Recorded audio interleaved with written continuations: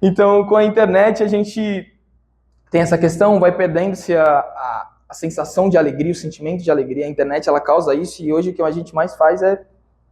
Dá até dor aqui, né? Anda na rua assim, não olha mais as coisas.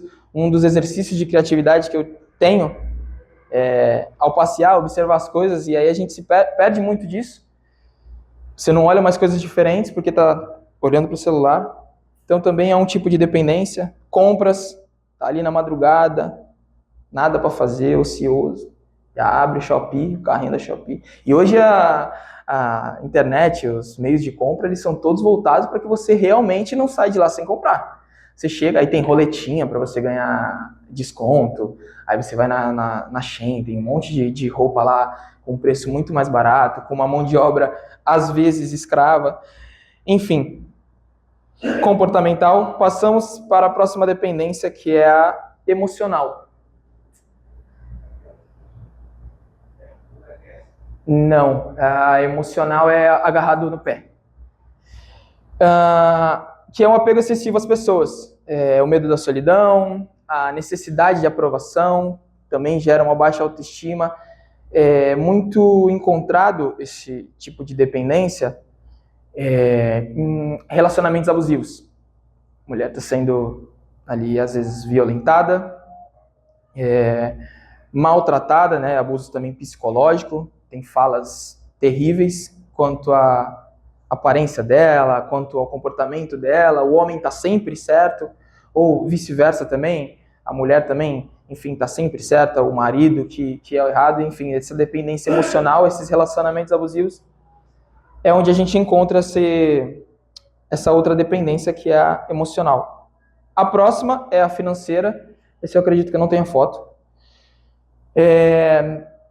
Basicamente é aquele, quando você é bem... Os filhos, quem tem filho pequenininho, ele é dependente financeiro seu. Você que banca tudo em casa. Se você não trabalhar, ele não come. Se você não trabalhar, ganha dinheiro, obviamente. Você que proporciona tudo para que ele viva da melhor forma. Então, aquele adolescente que não se banca, ele é dependente financeiro dos seus pais. E hoje, o meu convite é que você se torne dependente do Senhor. A gente fez aqui a dinâmica para demonstrar que às vezes a gente depende do nosso braço, do braço do outro, mas a gente realmente tem que depender de Cristo. E algumas características, eu vou começar, a gente tem sempre as boas e más notícias, né? Eu vou começar pelas más notícias, tá? Assim como o livro de Isaías, ele traz juízo e esperança, eu vou começar trazendo um pouquinho de juízo, depois eu trago a esperança. Uma das características de pessoas que tendem a dificultar o caminho para essa vida de dependência com Deus é a autossuficiência. A autossuficiência, trazendo um exemplo simples, basicamente você produzir aquilo que você consome. Vamos lá, tem um agricultor e ele produz aquilo que ele come. Então ele, basicamente, ele é autossuficiente, ele não depende do mercado, ele vai lá mesmo, ele produz e ele consome. A autossuficiência é a capacidade de assumir responsabilidade por sua própria vida, felicidade e necessidades, sem depender excessivamente de terceiros. Elas são, as pessoas que são autossuficientes são independentes, tomam decisões com firmeza, possuem alta confiança e valorizam a própria companhia. Embora forte, esse perfil pode evoluir para a dificuldade em aceitar ajuda. E por que essa característica dificulta o caminho para a dependência de Deus? Porque a gente não aceita a ajuda de Deus. A gente quer ir pela força do nosso braço. A gente, quando é novo, a gente fala assim, nossa, não vejo a hora de fazer 18 anos, que a gente acha que vai ser independente, que a gente vai tomar nossas próprias decisões, a gente acha que a gente vai cuidar da nossa própria vida, gerar nossa própria felicidade. Aí quando chega aos 18 a gente fala, nossa, como eu queria ter 10 anos. E com 10 anos tu não tem boleto para pagar, não tem... só precisa se divertir. E aí aos 18 a gente tem contas, a gente tem preocupações. Ainda assim, por vezes aos 18 a gente ainda está na casa dos pais, ainda é fácil. Aí quando a gente está mais velho, aos 25, aos 30, e a gente já lembra, né? É muito bom a gente ter as nossas próprias responsabilidades, mas a gente lembra de quando a gente era novo e a gente só se divertia, aí vem aquela sensação de nostalgia. Então, uma das características que dificultam o caminho para a dependência de Deus é a autossuficiência. Mais um é a impulsividade. E aí, pode colocar de futebol. Silvio, não... Eu não coloquei de propósito, tá, Silvio? Parece o Silvio, velho. Essa é a camisa do Palmeiras. Eu escrevi aqui, ó, futebol na internet. Porque o futebol é algo que aflora a nossa impulsividade. Gente, é uma batalha espiritual assistir o jogo do Corinthians, que eu vou te falar. O chinelo quer voar na parede, a gente quer voar na TV. A característica de impulsividade é o ato de agir sem refletir nas consequências, sendo guiado por emoções ou desejos imediatos. Então, você agir sem pensar na consequência, um exemplo na Bíblia é o povo do Egito. Eu vou falar assim, que saudade da carne. Não pensou nas consequências. Qual foi a consequência? Agora vocês vão comer carne até vocês enjoarem. Está em Números 11. E o futebol, como a gente... mês passado, diversas brigas no campo, porque é algo que você está ali jogando. Alguém fala alguma coisa, se você não tem um equilíbrio emocional, se você não tem um controle, você já estoura, já se estressa, acaba querendo agir de uma maneira que não é agradável aos olhos do Senhor. Então eu só coloquei essa imagem para ilustrar essa característica da impulsividade. Mais uma característica que nos impede, que dificulta o caminho, não impede, é a teimosia. E antes de eu continuar, a gente, antes de falar para a igreja, Deus fala muito ao nosso coração. Ele bate na gente, aí depois a gente vem e traz para a igreja para a gente não apanhar sozinho. E todas essas características são lutas diárias da minha parte. Então, digamos que eu tenho lugar de fala, porém eu consigo vencê-la na maioria das vezes. Eu creio e eu trago para a igreja porque eu creio que vocês também vão conseguir vencê-las. Na maioria ou em todas as vezes. Todas essas características que dificultam o nosso caminho de depender de Deus. A teimosia é a inflexibilidade, a resistência à mudança e insistência em suas opiniões, mesmo diante de evidências contrárias ou consequências negativas. Mesmo diante de evidências contrárias. Então vamos lá, essa parede é dourada. Eu acredito que se eu trouxesse uma tinta azul, ela fica verde, correto? Então, correto. Aí eu ligo pro pintor e falo assim, traz uma tinta azul, que eu quero transformar ela verde. Poderia ter os métodos dele, mas vamos nesse exemplo aqui, tá bom? Que eu não sou pintor. Traz a tinta azul que a gente vai deixar essa parede verde. Aí outra pessoa fala assim, não, é vermelha a tinta. Essa pessoa está sendo o quê? Teimosa. E aí o pintor vem, pinta de vermelho, a parede ficou roxa. Foi um ato de teimosia. Ele vai olhar e vai falar assim, ficou lindo. A gente queria verde, mas ficou lindo.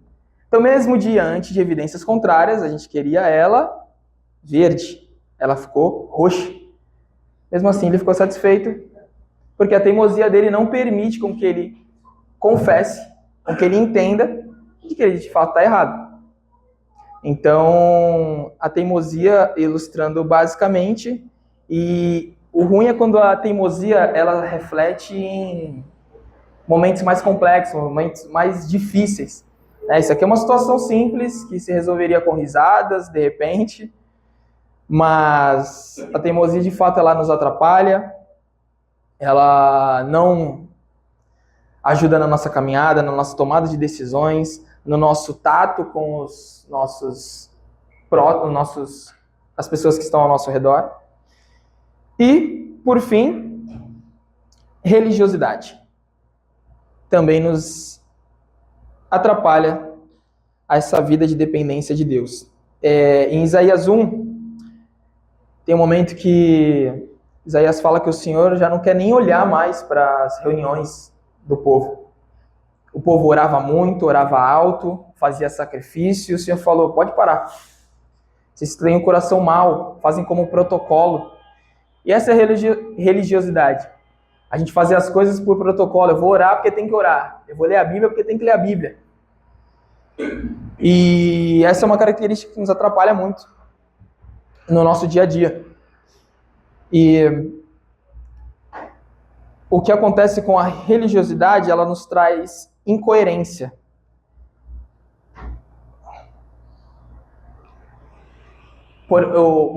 Noé era um homem muito respeitado por sua família, pois ele tinha coerência nos atos dele. E um pouco de incoerência, de repente, um pastor que chega em casa e agride a sua esposa. Incoerência é você dizer que ama a palavra, mas na hora da leitura você lê por protocolo, você lê porque tem que ler. E então a religiosidade, ela se resume em incoerência. Incoerência nos atos, incoerência nos pensamentos. E a gente teve uma época, eu não peguei essa época, que cristão demais era santarrão, né? Ele era da igreja, se ele demonstrasse que ele era muito cristão, que ele era... Som. Tá ligado? Ah, show. Pentecostal, eu diria agora. Então ele era cristão demais, ele era santarrão. A época que eu peguei é que cristão demais era vergonhoso. Aí quem mostrava que era cristão, por exemplo, nas redes sociais, nossa, que orgulho que você fala da palavra de Deus. Porque quem não falava era porque sentia muita vergonha. E hoje, parece que a gente vive uma era que ser cristão é modismo. Então, isso se aplica nos religiosos. Porque diversas atrocidades acontecem e aí vão lá ver os Instagrams da vida da pessoa que cometeu a atrocidade, por exemplo, aí tá lá um versículo na bio. Bio é aquele... Você entra no Instagram, tem aquela partezinha embaixo da foto de perfil, ali é a bio. Aí tá lá, um versículo na bio. E aí as pessoas que não são cristãs, elas falam assim, nossa, tá vendo? É crente. Eu sempre tenho uma analogia muito simples de responder isso, que é... Existe médico bom, existe médico ruim. A culpa é do médico ou da medicina? Medicina não tem nada a ver. Existe pessoa ruim, pessoa boa em qualquer meio. E a religiosidade, ela causa isso. Ela causa um falar que é de Deus e não demonstrar a mesma coisa. Para vocês terem uma noção, Hitler, ele se denominava cristão. E aí ele trouxe os princípios cristãos para o pensamento racista dele. Então, a religiosidade, ela não pode ser uma verdade na sua vida. Essa incoerência, ela não pode ser uma verdade na sua vida. E em nome de Jesus, ela não vai ser uma verdade na sua vida. E alguém não precisa me responder, tá? Alguém se identificou com alguma dessas características? Eu identifiquei em algumas, se não todas. Mas como eu disse no começo, assim como Isaías trouxe juízo, agora vamos para a parte da esperança. O que precisamos ser para ser dependentes de Deus? Servos. Aleluia. Simples. A gente tem um monte de característica que dificultam o caminho, mas para ser dependente de Deus, basta ser servo. É simples, porém não é fácil, porque ele carrega algumas características também. O servo, agora pode colocar aquela foto que eu acho que está como foto 1. Que não era 1, era agora. O servo, basicamente, ele não tem direitos, mas ele tem dignidade. Eu coloquei essa foto aqui, que é do exílio... Ih, eu vacilei de novo. É da escravidão. Vê se tem uma dessas. Essa. A gente precisa aqui separar escravidão Brasil-colônia e a escravidão da Bíblia. A escravidão Brasil-colônia ela foi embasada em violência, em abuso sexual, em abuso psicológico. Essa é a escravidão Brasil-colônia, que é o que é refletido aqui nessa imagem. Muita agressão, morte. A escravidão da Bíblia, para vocês terem uma noção, quando eu falo de não tem direito, mas tem dignidade, o povo de Israel era escravo no Egito, e eles, posteriormente, vêm, como eu mencionei, falam que sentia saudade da carne do Egito. Então, eles eram dignos do seu trabalho. Eles eram dignos daquilo que eles faziam. Para exemplificar, não se escandalizem, é basicamente o trabalhador do dia de hoje. Ele trabalha, ele ganha o seu salário. E o servo, isso é um exemplo bem simples, para vocês entenderem que o escravo, a escravidão na Bíblia, a escravidão Brasil-colônia são coisas distintas. Então, sabendo que a gente não tem direito e a gente tem dignidade, o nosso direito é servir. Apenas servir e fazer a vontade de Deus. E do que a gente é digno? Daquilo que nos é necessário. Então não pense que eu ia chegar aqui e falar assim, você é digno de ter uma BMW, você é digno de ter uma casa. Amém. Deus pode dar. Que Ele dê, em nome de Jesus. Recebe aí. Mas a gente é digno daquilo que nos é necessário. Tiago 4,3 diz, pedis e não recebeis porque pedis mal. Vai ajoelhar, aí você pedir Deus, me dá um carrinho porque eu tô com a minha filha, tá dificultando aqui, vou sair na chuva, tem que pedir Uber, tem que esperar. Aí não, você quer ajoelhar e quer pedir a Mercedes, quer pedir a BMW. Você quer pedir a Mercedes, Deus vai dar o que é necessário, vai dar o ônibus é da Mercedes.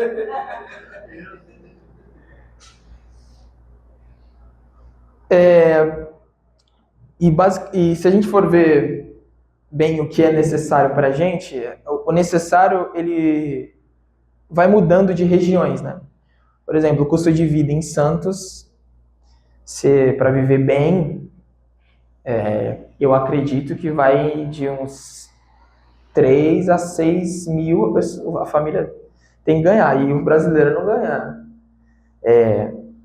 Não é todo brasileiro que ganha isso. E o fato de ser dependente de Deus é que o brasileiro não ganha isso, a maioria dos brasileiros não ganham isso, mas mesmo assim, quem vive na dependência de Deus tem uma vida abençoada, uma vida com as suas necessidades supridas, porque a gente não depende de governo, a gente não depende das nossas próprias forças. O nosso custo de vida ele é embasado em Deus. E vamos ver agora algumas atitudes de servo. Colossenses 3, capítulo 3, 22 e 23. Abram suas Bíblias, por favor.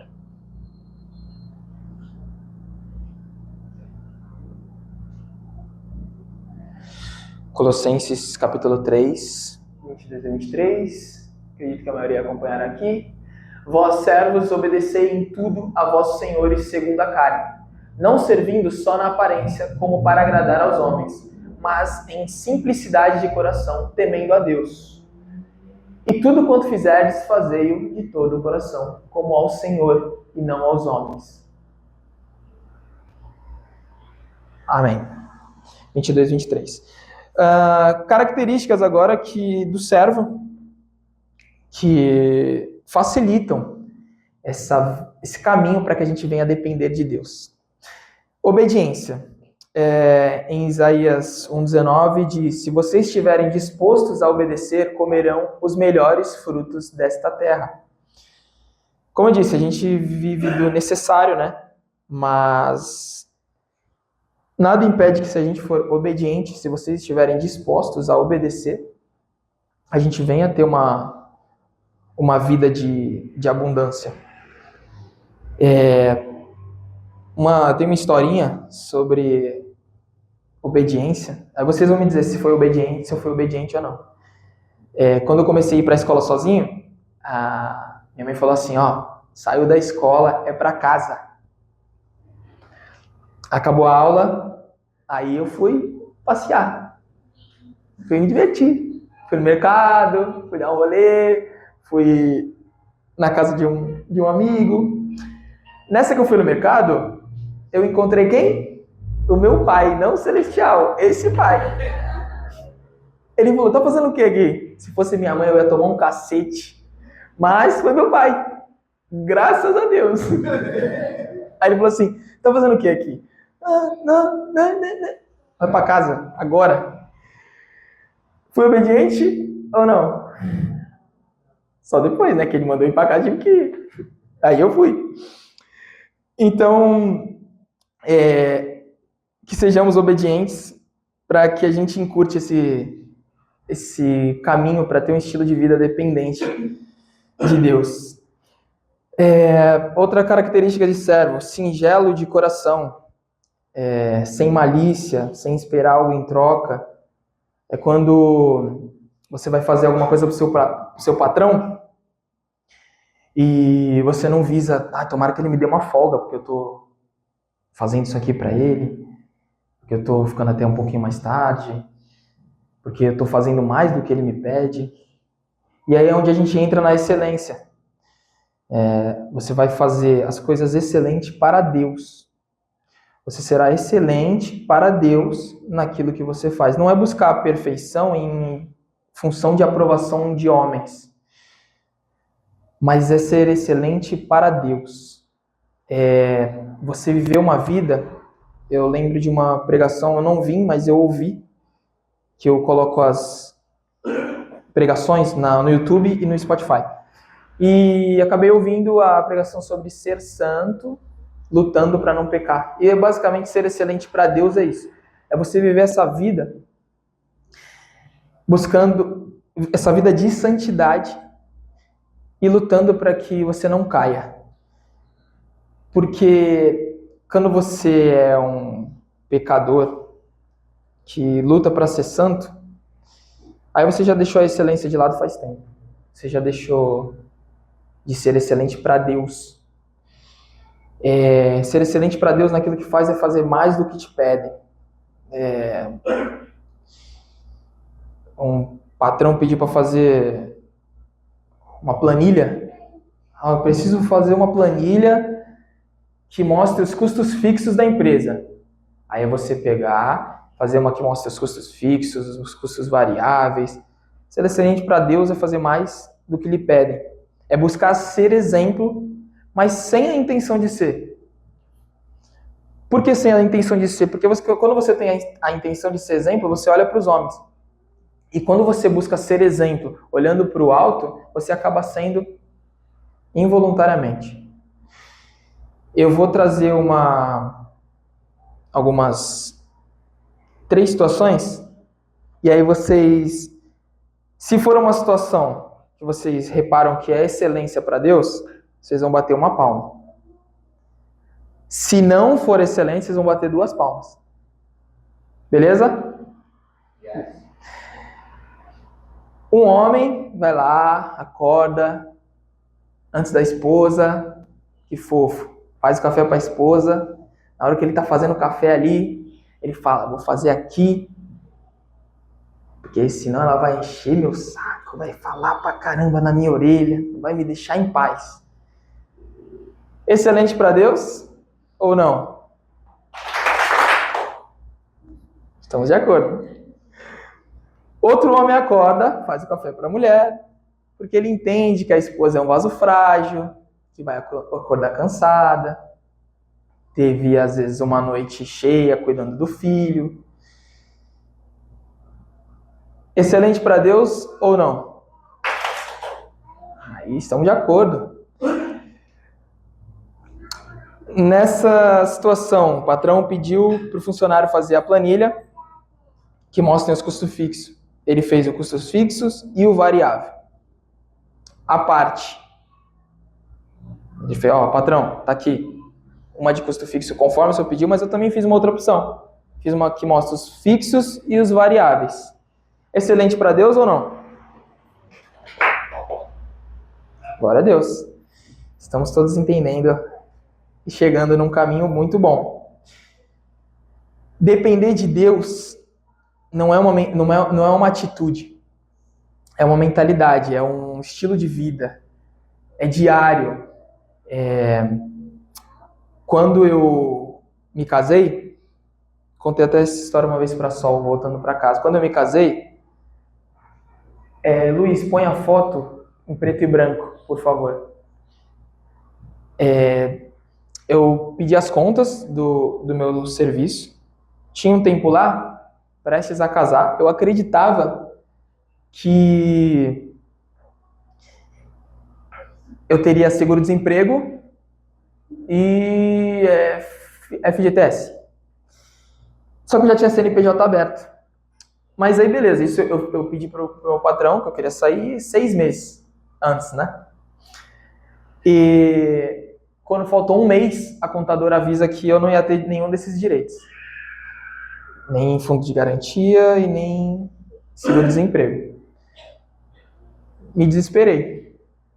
Falei, meu Deus do céu, o que vai ser agora da minha vida? Prestes a casar, sem dinheiro, até pro casamento precisou de ajuda. Pro casamento, o dinheiro que eu juntei foi tudo. Fiquei desesperado. E faltando 15 dias para eu sair do emprego que eu tava, o Terraço Chopp, ali no topo do Ilha Porchá, até hoje ele é um cliente meu.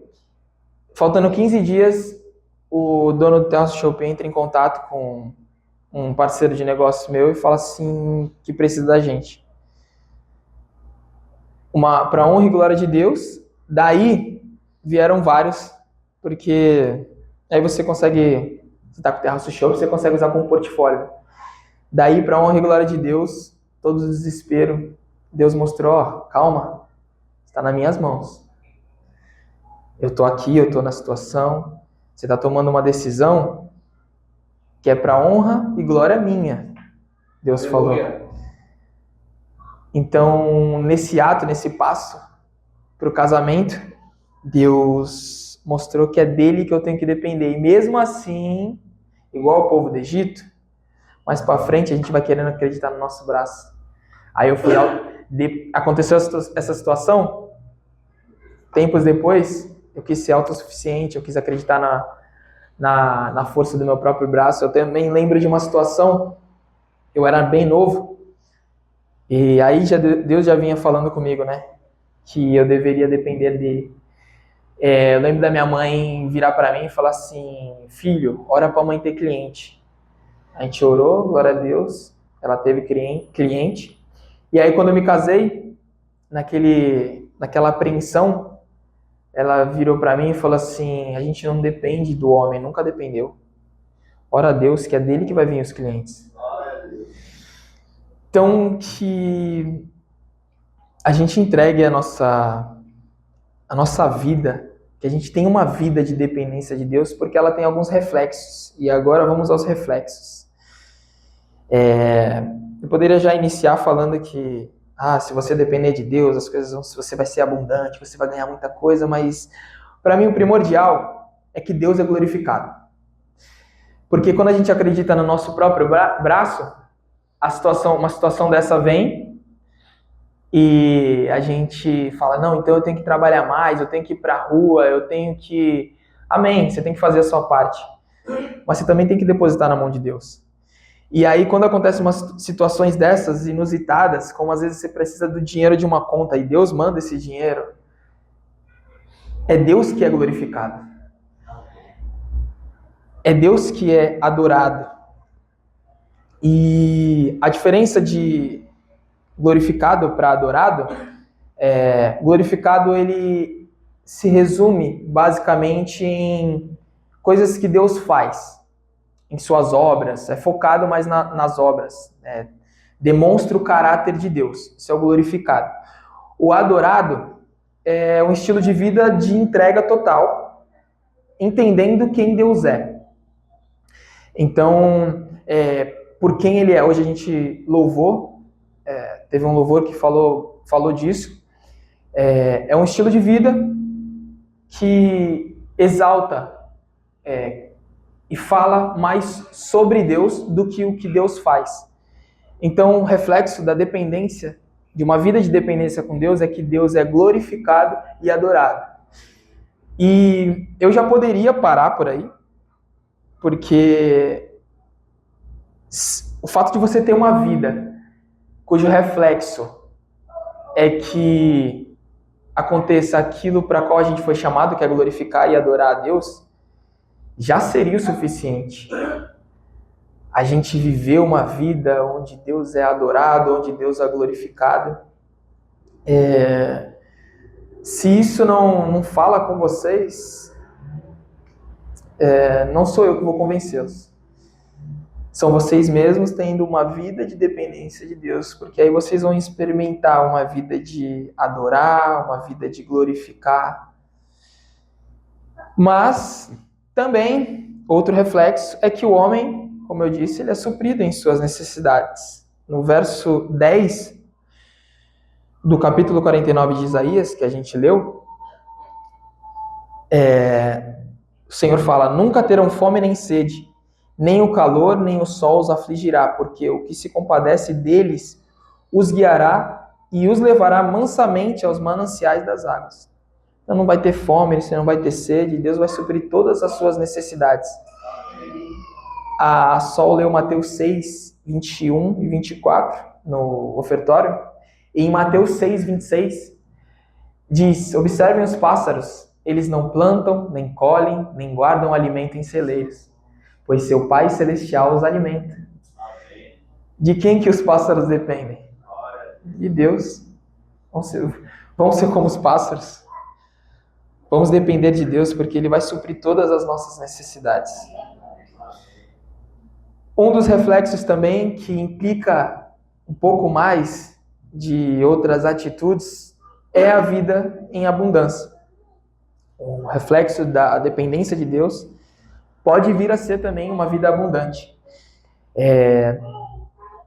Isaías 1 diz, se vocês estiverem dispostos a obedecer, comerão os melhores frutos desta terra. Quando eu digo que tem mais coisas envolvidas, obviamente tem a sua atitude, o abdicar de algumas coisas. E quando eu digo vida abundante, nesse sentido eu estou falando sim de financeiro. É um dos reflexos de depender de Deus. Outro reflexo é que o fardo fica leve. As suas emoções, elas são geridas por Deus. E eu uso muito disso aqui, tá? O fardo fica leve. Por vezes, vou falar agora um pouco com os homens, a gente costuma a querer lidar com as nossas situações sozinhos, internamente. E lá em Jó 10, a gente vê Jó depositando todas as energias, todas as suas lamentações, todas as suas tristezas nos pés de Deus, né? E isso aqui muda tudo. Recentemente, me vi nessa situação, apreensivo, meio triste, chateado, e aí vem a memória, ajoelha, ora, coloca diante de Deus. No dia seguinte, você acorda outra pessoa.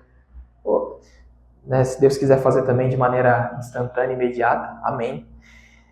Então, deposita nos pés de Jesus. Deposita a sua tristeza, a sua dor. Não tenta viver com ela sozinho, não. Não sofre sozinho com essa dor, com essa angústia, com esse peso, com essa sobrecarga, com essa ansiedade, com essa apreensão, com essa baixa autoestima, com essa dificuldade em mudar. Todas essas características que eu falei no início, autossuficiência, teimosia, impulsividade, são coisas que às vezes a gente se identifica e a gente quer lutar sozinho com isso, ou quer lutar somente com conhecimento humano.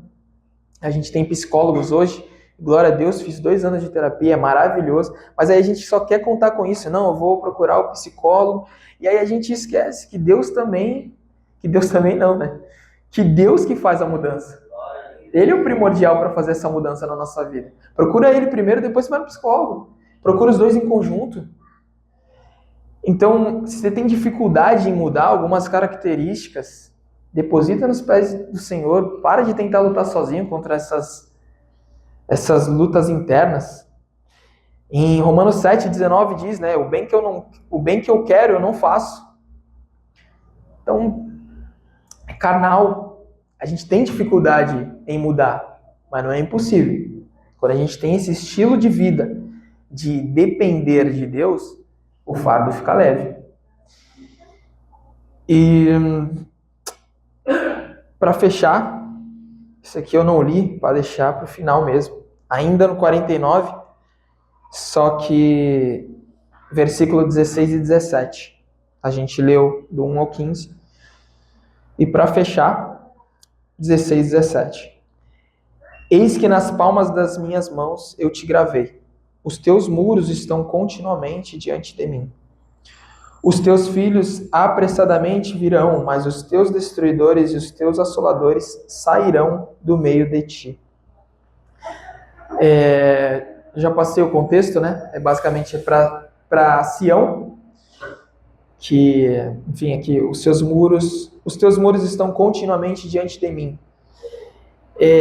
Você não foi esquecido. O povo do Egito, ele agiu com todas as características citadas acima. A gente age com essas características citadas acima, de autossuficiência, impulsividade, teimosia. Mas mesmo assim, diante de todo esse juízo, todas essas palavras que Isaías vem trazendo sobre o povo ter se tornado rebelde, a gente tende a agir dessa maneira e querer se afastar de Deus. Mas você não foi esquecido. Aleluia. Se achega a Deus. Amém. Errou, se achega a Deus. Você foi teimoso, se achega a Deus. Você foi impulsivo, bota diante de Deus, pede perdão. Você foi autossuficiente, bota diante de Deus. Você não foi esquecido. Assim como Sião teve um sentimento de abandono, tem 2 sensações que são as piores no mercado. Falando em Dia das Mães, a primeira é quando você é esquecido no mercado. Você é esquecido não, você não encontra sua mãe. Você vira para um lado, aí de repente sua mãe foi pegar alguma coisa, você já não encontra sua mãe, já bate um desespero, já fica maluco. E a segunda sensação, que é a pior, é quando você está no caixa, aí sua mãe fala assim, esqueci um negócio, vou ali buscar. Meu Deus, essa situação. Aí tá chegando ali no caixa, aí você fala, meu Deus, cadê minha mãe? Eu vou pagar como? Você fica maluco.